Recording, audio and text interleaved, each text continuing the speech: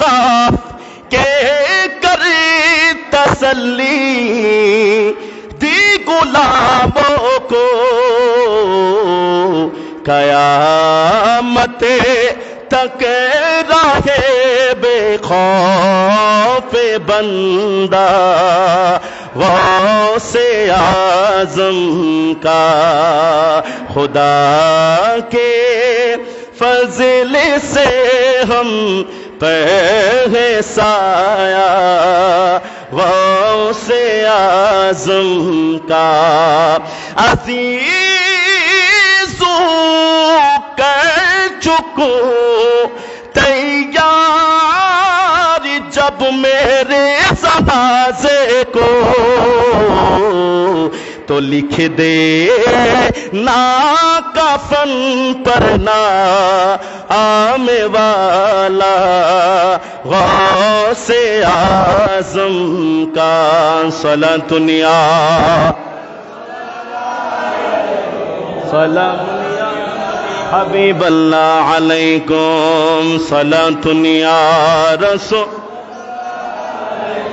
সালামুন ইয়া হাবিবাল্লাহ আলাইকুম। তাহলে বলতে চাচ্ছিলাম একটা জ্ঞান আছে যেই জ্ঞান অর্জন করলে, যেই জ্ঞান সম্পর্কে জানলে আল্লাহ পাক রব্বুল আলামিন ওই সকল বান্দাদের রিজিকের কোনো অভাব রাখে না। ওই বান্দাদের সরল সঠিক মুক্তির পথ আমার আল্লাহ তাআলা বের করে দেয়।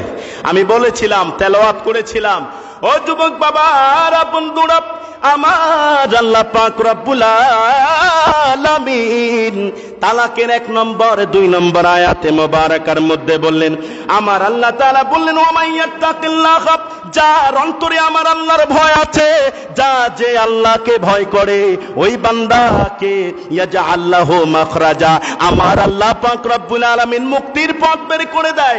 আমার আল্লাহ পাক রব্বুল আলামিন ওই বান্দার জন্য এমন স্থান থেকে রিজিকের ফয়সালা করে, এমন স্থান থেকে রিজিকের ফয়সালা করে যে স্থান থেকে আপনি আমি রিজিক পাওয়ার যোগ্য না। চিৎকার মেরে বলি সুবহানাল্লাহ।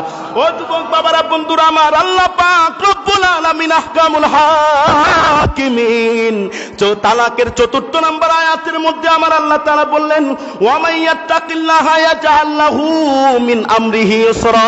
আমার আল্লাহ তাআলা বললেন, যার অন্তরে আল্লাহর ভয় আছে, যার অন্তরে আল্লাহর ভয় আছে, আল্লাহর ভয় থাকার কারণে ওই বান্দা গুনাহের কারবার করে না। আল্লাহর ভয় থাকার কারণে ওই বান্দা জিনাহের কারবার করে না।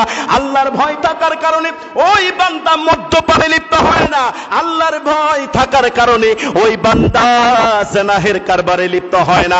আল্লাহর ভয় থাকার কারণে ওই বান্দা আল্লাহর ঘরে নামাজ পড়তে ছুটে আছে। চিৎকার মেরে বলি সুবহানাল্লাহ।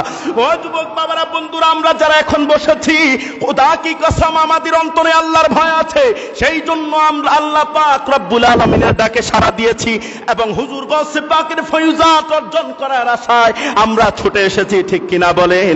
আমার আল্লাহ তাআলা বললেন, ও দুনিয়ার মানুষ শুনে রাখো, ওয়া মাইয়াত্তাকিল্লাহা ইয়াজআল লাহু মিন আমরিহি ইউসরা। আমার ওই সকল বান্দা যারা আমাকে ভয় করে, আমাকে ভয় করে, আমার আযাবের ভয় করে, আমার জাহান্নামের উত্তপ্ত আগুনের ভয় করে, কবরে যখন শোয়ানো হবে, কবরের মধ্যে বিভিন্ন রকমের জাহান্নামী শাস্তি বস্তু থাকা হবে। কবরের মধ্যে সাপ থাকবে, কবরের মধ্যে জাহান্নামী বিচ্ছু থাকবে, কবরের মধ্যে অনেক ভয়ঙ্কর জিনিস পাওয়া যাবে যেগুলো দুনিয়ার মানুষের চোখ দেখে নাই।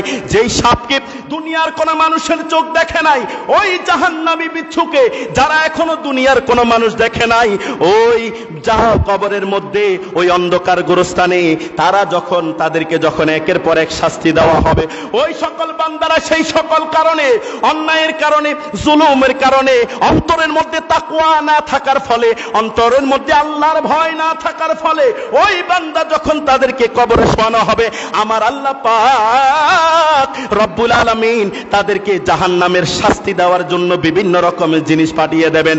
ও যুবক বাবারা বন্ধুরা, আমার আল্লাহ পাক রব্বুল আলামিন বলছেন, যাদের অন্তরে আমি আল্লাহর ভয় আছে, ওই সকল বান্দার কঠিনতম কাজকে আমার আল্লাহ পাক রব্বুল আলামিন সহজ সরল সঠিক পন্থায় পরিচালিত করবেন। চিৎকার মেরে বলি সুবহান। তাহলে আমাদের ভয় থাকার দরকার আছে কি আছে না? যদি আমাদের অন্তরে আল্লাহর ভয় থাকে, আজকে ফাতিহা ইয়াজদাহ মাহফিল থেকে একটা মেসেজ আমরা নিয়ে যাব, আমরা একটা আমল গ্রহণ করব, যতদিন বাঁচবো আল্লাহর ভয় অন্তরে রাখবো। চিৎকার মেরে বলি সুবহানাল্লাহ। আল্লাহর ভয়ের সাথে হাঁটবো।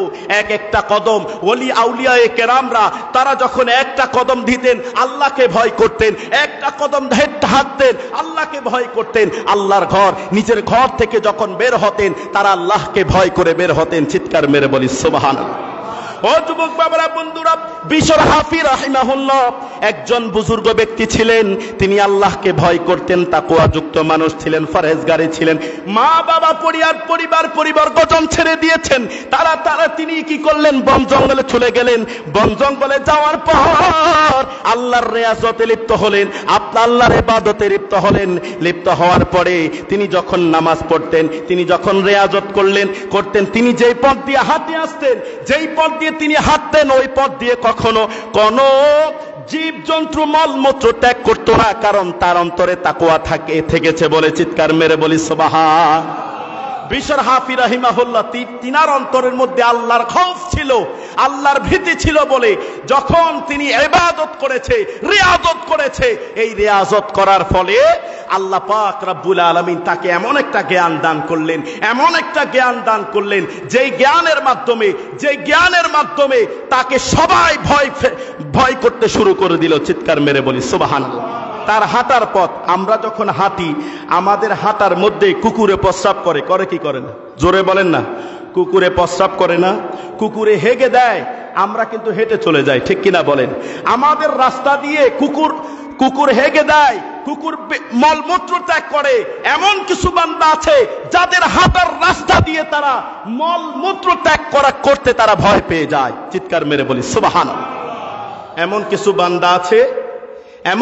বান্দা আছে যাদের কদম যেখানে যাবে ওই স্থানটা যদি অপবিত্র থাকে, আমার আল্লাহ রহমতের বৃষ্টি নাজিল করার মাধ্যমে, রহমতের বৃষ্টি ঝরানোর মাধ্যমে, আজকে আমাদের এখানে আসরের পর খতমে গাউসিয়া হয়েছে, খতমে কোরআন হয়েছে, ঠিক কিনা বলেন? এই চলাকালীন অবস্থায় একটা বৃষ্টি পড়েছে কিনা? জোরে বলেন। বৃষ্টি পড়েছে না? একটা বৃষ্টি পড়েছে, সর্বোচ্চ 7 মিনিট বা 6 মিনিট, খুব জোরসে পড়েছে। আমরা অবাক হয়ে গেলাম, যদি এভাবে বৃষ্টি পড়তে থাকে মাহফিলের সৌন্দর্য মনে হয় নষ্ট হয়ে যাবে, ঠিক কিনা বলেন?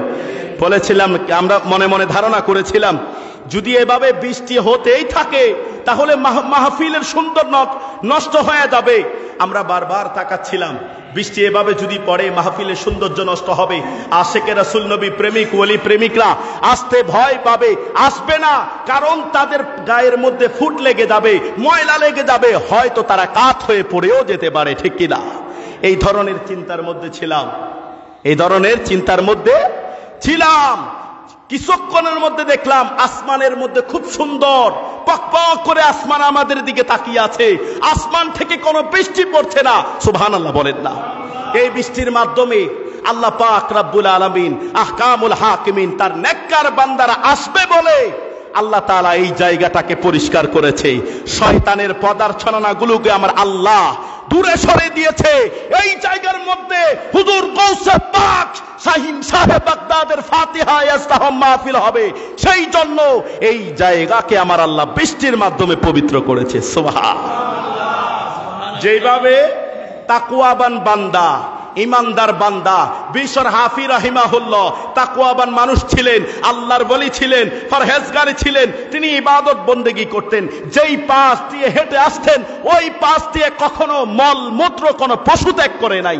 চিৎকার মেরে বলি সুবহানাল্লাহ। এইখান থেকে যদি আমরা অনুমান করি, কিয়াস করি, আমরা ধারণা করি আল্লাহর নৈকট্যপ্রাপ্ত বান্দা যেখানে যায় সেই স্থানটা পৃথিবীর কোনো মানুষ পরিষ্কার করে না। আমার আল্লাহ নূরের ফেরেশতাদের মাধ্যমে, আমার আল্লাহ আল্লাহর রহমতি বৃষ্টির মাধ্যমে ওই জায়গাটাকে পরিষ্কার করে দেয়, যেন ওই বান্দাকে অপবিত্রতা ধরতে না পারে, ছুঁতে না পারে। চিৎকার মেরে বলি সুবহানাল্লাহ। গৌসে পাকের শান, ওলিদের ওলি যিনি গৌসুল আজম জিলানী, সবাই ওলিদের হানি, ওলিদের গৌসুল আজম জিলানি বাগদাদে জন্ম কুতুবে রব্বানি বাগদাদে জন্ম কুতুবে রব্বানি ওলিদের গৌসুল আজম জিলানি ওলিদের ওলি যিনি গৌসুল আজম জিলানি বাগদাদে জন্ম কুতুবে রব্বানি বাগদাদে জন্ম আপনারা সবাই বলবেন বাগদাদে জন্ম কুতুবে রব্বানি সবাই ওলিদের ওলি যিনি গৌসুল আজম জিলানি সবাই ওলিদের জিলানি ওলিদের ওলি যিনি গৌসুল আজম জিলানি বাগদাদে জন্ম কুতুবে রব্বানি বাগদাদে জন্ম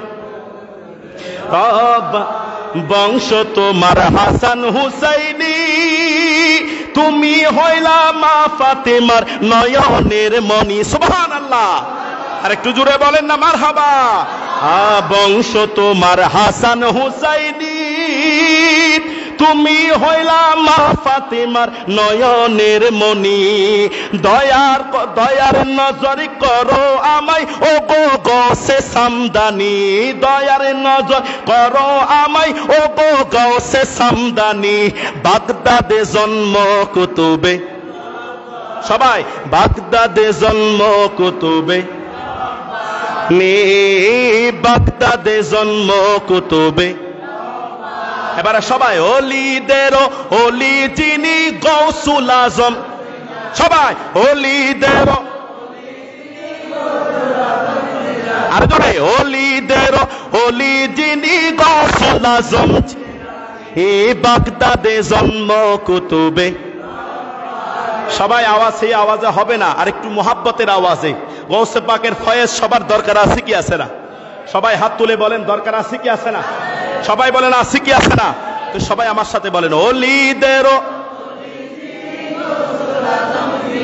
আরো জোরে ওলিদের ওলি নি বাগদাদে জন্ম কুতুবে জোরে ও বাগদাদে জন্ম কুতুবে নি বাগদাদে জন্ম কুতুবে তোমার কদম নবীজি তোমার কাঁধে নবীজির কদম সব অলিদের কাঁধে হইল তোমারই কদম মারহাবা তোমার কাঁধে নবীজির কদম সব অলিদের কাঁধে হইল তোমারই কদম দয়ার নজর করো আমায় ও গো গৌসে জিলানি দয়ার নজর করো আমায় ও গো নি দয়ার নজর করো আমায় ও গো গৌসে জিলানি দয়ার নজর ও গো গৌসে সামদানি বাগদাদে জন্ম কুতুবে বাগদাদে জন্ম কুতুবে ওলিদের ওলিদের ওলি যিনি গৌসুল আজম জিলানি বাগদাদে জন্ম কুতুবে এবার চিৎকার মেরে বলি মারহাবা আরে জোরে বলেন মারহাবা তাহলে বলতে চাচ্ছিলাম এই তাকওয়া সম্পর্কে হুজুর মুআয ইবনে জাবাল রাদিয়াল্লাহু তাআলা আনহু থেকে একখানা হাদিসে মুবারাকা বর্ণিত হয়েছে এই মুআয ইবনে জাবাল রাদিয়াল্লাহু তাআলা আনহুকে রাসূলুল্লাহ সাল্লাল্লাহু আলাইহি সাল্লাম ইয়ামান দেশের মধ্যে পাঠাচ্ছেন যাওয়ার আশায় হযরতে মুআয ইবনে জাবাল রাদিয়াল্লাহু তাআলা আনহু তিনি কি করলেন সওয়ারির উপরে উঠে বসেছেন রাসূলুল্লাহ সাল্লাল্লাহু আলাইহি সাল্লাম তার সাথে তার ঘোড়ার ললাট মোবারক ধরে ধরে তিনি হাঁটছেন আর রাসূলুল্লাহ সাল্লাল্লাহু আলাইহি সাল্লাম তার সাথে কথোপকথন করছেন সুবহানাল্লাহ বলেন এটা বলতে না বলতে রাসূলুল্লাহ সাল্লাল্লাহু আলাইহি সাল্লাম তার ঘোড়ার ললাট মোবারক ছেড়ে দিলেন তার থেকে ফারাক হয়ে গেলেন পৃথক হয়ে গেলেন তখন রাসূলুল্লাহ সাল্লাল্লাহু আলাইহি সাল্লাম তাকে বলেছে হে মুআয ইবনে জাবাল শুনে রাখো জেনে রাখো আগামী বছর হয়তো তুমি মসজিদে নববীর পাশে আমার মাজার মুবারক দর্শন করবে। সুবহানাল্লাহ। অর্থাৎ রাসূলুল্লাহ সাল্লাল্লাহু আলাইহি সাল্লাম ভবিষ্যৎবাণী করছেন, আগামী বছর তুমি মুআজ ইবনে জাবাল যখন আসবা, আমি নবীকে আর তোমার চর্মশোকে দেখবা না, আমি নবী রাহমাতুল লিল আলামিন আল্লাহর ডাকে পর্দা করব, আমার মাজার মুবারক তুমি দর্শন করবে। সুবহানাল্লাহ বলেন না? সঙ্গে সঙ্গে মুআজ ইবনে জাবাল চোখের পানি ছেড়ে দিলেন, পাগলের মতো করে ক্রন্দনে রত হলেন। ইয়া রাসূলুল্লাহ, এইবার আপনি নবীকে দেখছি, আপনি নবীর নূরানি চেহারা মুবারক থেকে আল্লাহর দেওয়া রহমত হাসিল করছি। ইয়া রাসূলুল্লাহ, এই বছর আপনার থেকে রহমত অর্জন করছি, আগামী বছর আপনি নবীকে আর দেখতে পাবো না। ওই মুআজ ইবনে জাবাল পাগলের মতো করে কাঁদছে, পাগলের মতো করে কাঁদছে। মুআজ ইবনে জাবাল থেকে যখন রাসূলুল্লাহ ফারাক হয়ে গেলেন, ফিদক হয়ে গেলেন, তখন রাসূলুল্লাহ সাল্লাল্লাহু আলাইহি সাল্লাম বলেন, মুআজ ইবনে জাবাল শোনো, শোনো, ওই সকল বান্দা তারা যেখানে থাকুক না কেন, যে স্থানে থাকুক না কেন, তাদের অন্তরে যদি তাকওয়া থাকে, পরহেজগারি থাকে, আল্লাহর ভীতি থাকে, কোন ধরনের শিরকি কোন আমল যদি তাদের মধ্যে না থাকে, অন্যায় কাজ, ব্যভিচার কাজ, অত্যাচারী কাজ, কোন ধরনের মন্দ কাজ যদি তাদের মধ্যে না থাকে, আমার আল্লাহর ভয় যদি তাদের অন্তরে থাকে, তাহলে ওই সকল বান্দা কিয়ামতের ময়দানে আমি নবীর নিকটবর্তী হবে। সুবহান, আমি নবীর নিকটবর্তী হবে। তাহলে তাকওয়া থাকার দরকার আছে কি আছে না? জোরে বলেন, আছে কি আছে না? হ্যাঁ, দুনিয়াতে ওই সকল বান্দা শ্রেষ্ঠ, দুনিয়াতে ওই সকল বান্দা শ্রেষ্ঠ যাদের অন্তরে তাকওয়া আছে, যাদের অন্তরে আল্লাহর প্রেম আছে, যাদের অন্তরে নবীর প্রেম আছে, যাদের অন্তরে আল্লাহর খাউফ আছে, যাদের অন্তরে আল্লাহর ভয় আছে, ওই শ্রেণীর মানুষ, তারা মানুষ সমূহের মধ্যে শ্রেষ্ঠ। চিৎকার মেরে বলি সুবহানাল্লাহ। মানুষ সমূহের মধ্যে শ্রেষ্ঠ আমরা হতে চাই কি চাই না? জোরে বলেন, চাই কি চাই না? চাই কি চাই না? ও যুবক বাবারা, বন্ধুরা আমার, আল্লাহ পাক রব্বুল আলামিন আহকামুল হাকিমিন, দুনিয়ার মানুষ তোমরা কিভাবে চলবা, কিভাবে যাইবা, আমার আল্লাহ পাক রব্বুল আলামিন একখানা আয়াতে মুবারাকার মধ্যে বলছেন, ইয়া আইয়ুহাল্লাযীনা আমানুত্তাকুল্লাহ, হে ঈমানদারগণ তোমরা আল্লাহকে ভয় করো, ওয়া কুনু মা'আস সাদিকিন, আর সাদিকিন সলিহিন বান্দাদের অন্তর্ভুক্ত হয়ে যাও। সুবহানাল্লাহ। ওই শ্রেণীর বান্দা কেমন?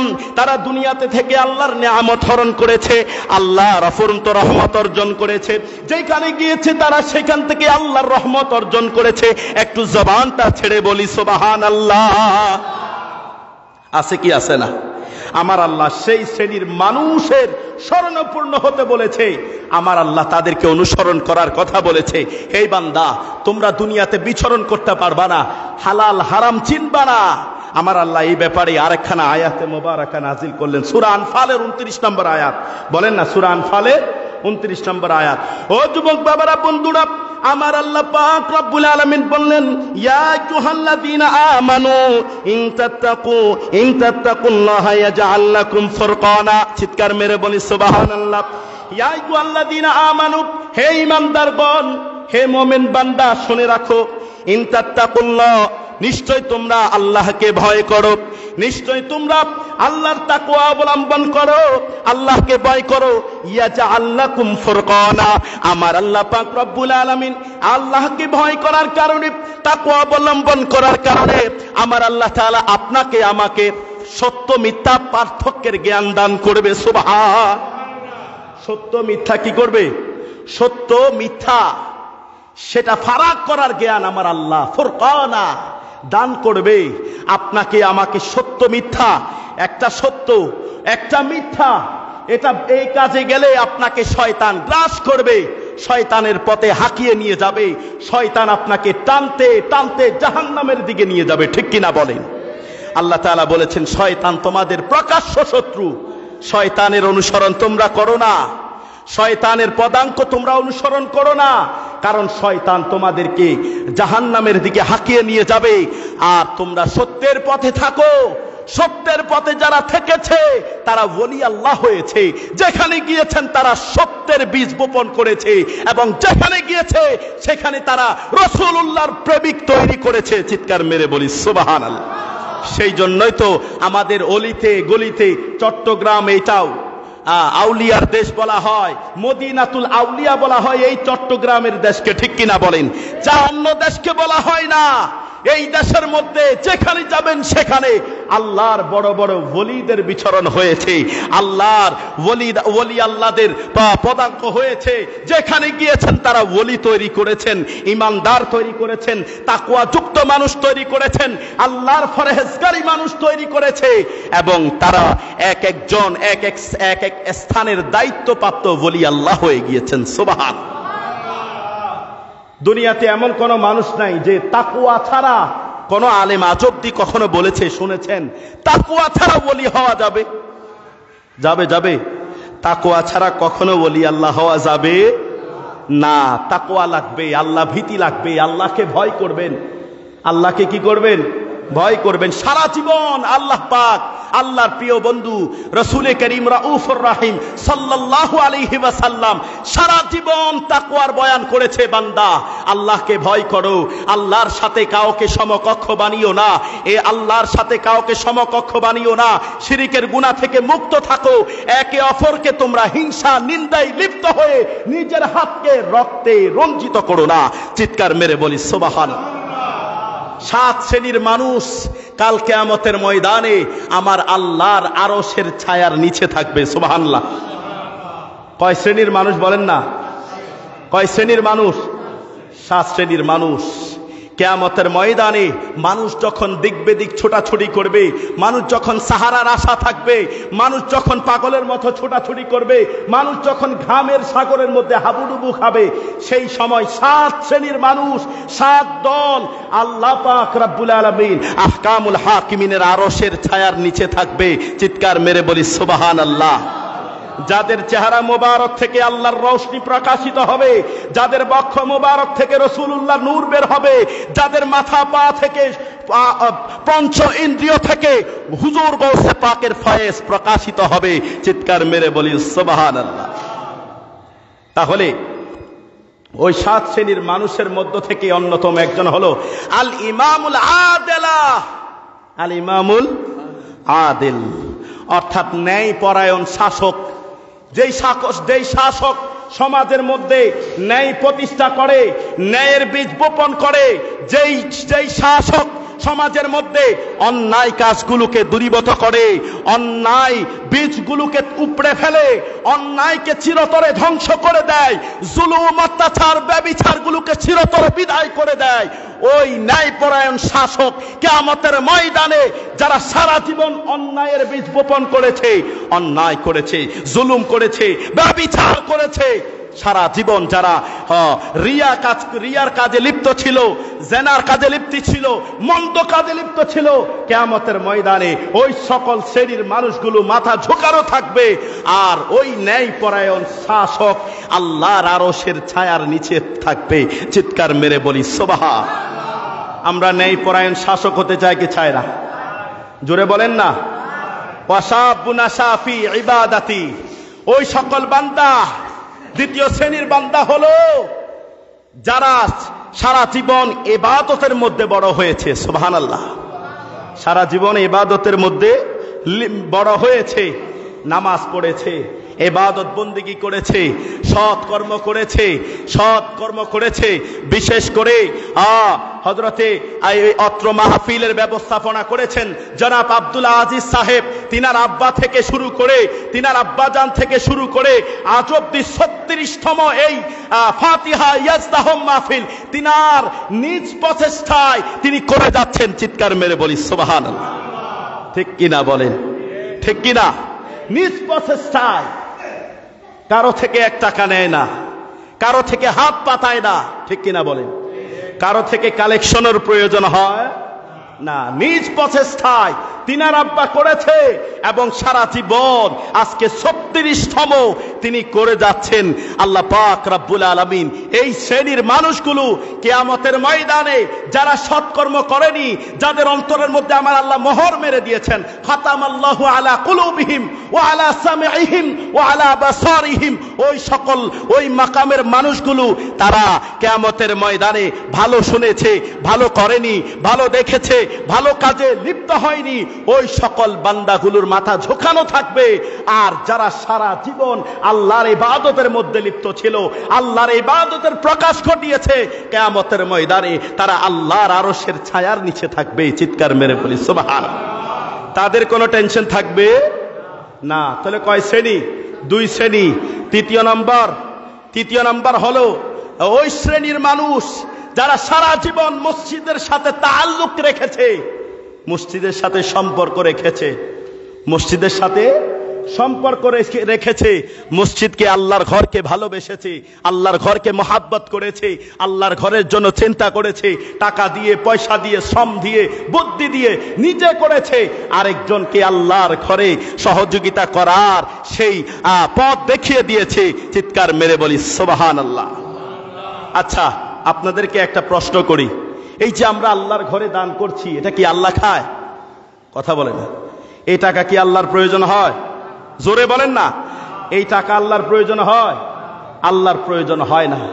আল্লাহর টাকার প্রয়োজন হয় না, আল্লাহর রিজিকের প্রয়োজন হয় না, আল্লাহর দুনিয়াবি মানুষের মতো গাড়ির প্রয়োজন হয় না, বাড়ির প্রয়োজন হয় না।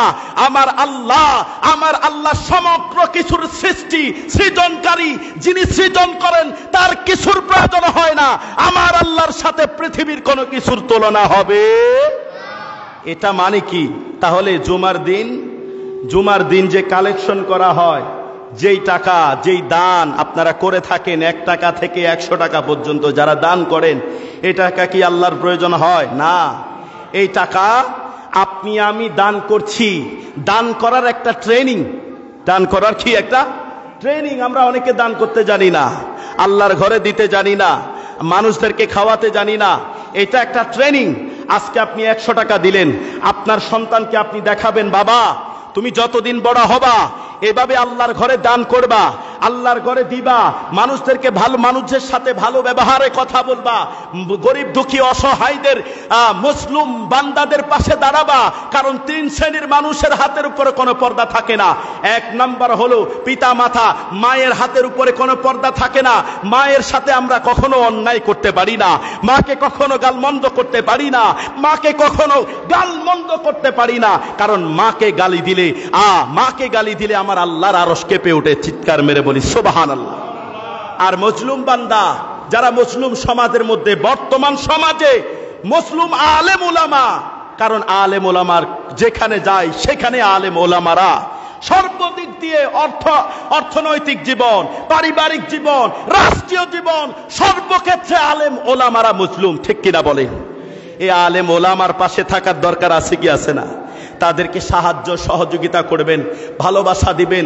তাদের সাথে যদি আপনার আমার উঠা বসা হয়, কিয়ামতের ময়দানে ওই আলেম, যেই ইমামকে আপনি ভালোবেসেছেন, তিনি যদি জান্নাতে যায়, আপনিও জান্নাতে যাবেন। কিয়ামতের ময়দানে তিনি যখন আরশের ছায়ার নিচে থাকবে, আপনিও ওই আলেমের সাথে আল্লাহর আরশের ছায়ার নিচে থাকবেন। চিৎকার মেরে বলি সুবহানাল্লাহ। আর জোরে বলেন না সুবহানাল্লাহ। তাহলে আলেম ওলামার সাথে উঠা বসা করার দরকার আসেনি? আপনারা বলেন কি আলেম? যদি এভাবে বিদ্য আঙ্গুল দেখা দেন হবে? আপনি যদি আলেম ওলামার সাথে কোন ধরনের খারাপ কটাক্ষ ভাষায় কথা বলেন, খোদা কি কসম, আলেম ওলামার কলিজার ভিতরে কোরআন আছে, আপনার অন্তরে কোরআন নেই। আলেম ওলামার ভিতরে এলেম আছে, আপনার অন্তরে নেই। আলেম ওলামার কলিজার সাথে কলিজা লাগায়া দিবেন, খোদার কসম আপনার কলিজা পবিত্র হয়ে যাবে। সুবহানাল্লাহ। আলেম ওলামার সাথে সব সময় ভালোবাসা স্বরূপ কথা বলবেন। আল্লাহ পাক রব্বুল আলামিন আপনার ভালোবাসাকে কবুল করবে, আপনার ভিতরে দান করার জ্ঞান দান করবে, প্রজ্ঞাময় জ্ঞান দান করবে, যেই জ্ঞানের মাধ্যমে সমাজের ব্যক্তিত্ব, সম্মানী ব্যক্তিদের মাঝে আপনি একজন হয়ে যাবেন। সুবহানাল্লাহ। তাহলে বলতে চাইছিলাম, কত নাম্বার গেল? 1 নাম্বার ন্যায়পরায়ণ শাসক, আরেক নাম্বার হলো ওই যুবক যিনি সারা জীবনে ইবাদতের মধ্যে বড় হয়েছে। তৃতীয় নাম্বার ওই যুবক যিনার অন্তরকে মসজিদের সাথে লাগিয়ে রেখেছেন। চিৎকার মেরে বলি সুবহানাল্লাহ। চতুর্থ নাম্বার ওই দুইজন যুবক যারা একে অপর ভালোবাসবে আল্লাহর জন্য, আবার একে অপর থেকে প্রত্যাখ্যান হবে, পৃথক হবে, ডিভাইডেড হবে আল্লাহর জন্য। চিৎকার মেরে বলি সুবহানাল্লাহ। আমরা ভালোবাসবো কার জন্য? কথা বলেন না, ভালোবাসবো কার জন্য? জোরে বলেন না, কার জন্য? আপনারা আমার কথা বুঝতেছেন না। ভালোবাসবো কার জন্য?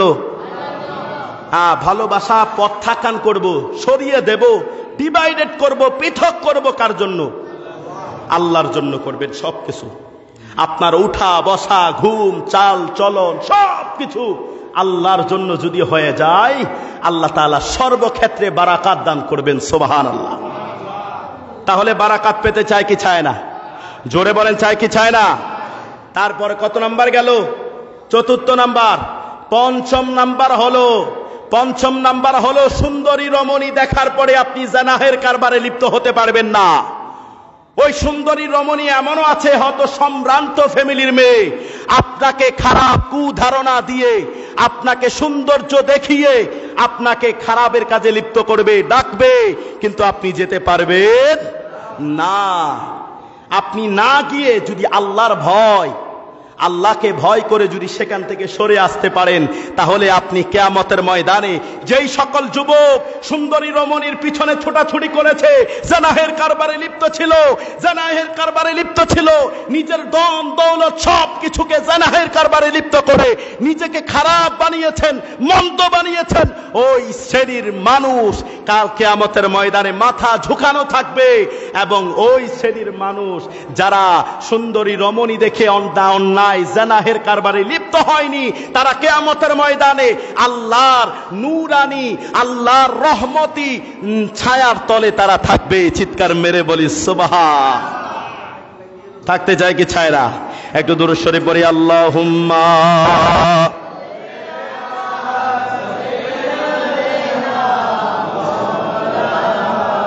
মুহাম্মাদ আলা আলি সাইয়্যিদ মুহাম্মাদ আল্লাহুম্মা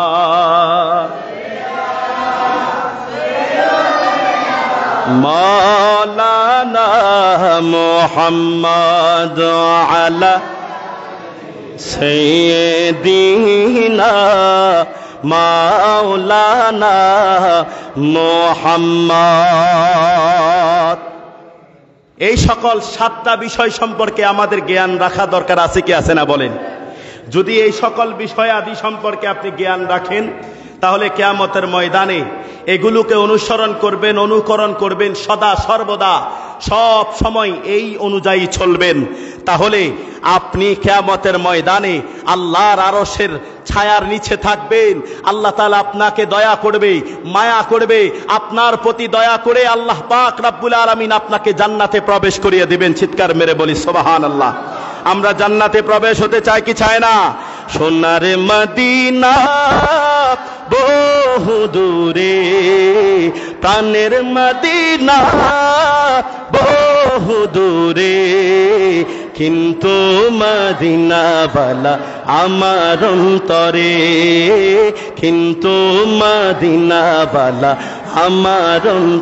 সবাই বলেন না, সোনার মদিনা। এই আওয়াজে হবে না, আর একটু মোহাব্বতের আওয়াজে, সোনার মদিনা কিন্তু মদিনাওয়ালা আমার অন্তরে, কিন্তু মদিনাওয়ালা আমার অন্তরে। জেগেছে একেবারে সোনার মদিনা, তার মনে আর কোনো দুঃখ রইল না। মারহাবা। জেগেছে একেবারে সোনার মদিনা, তার মনে আর লোনা, তার মনে আর কোন লোনা।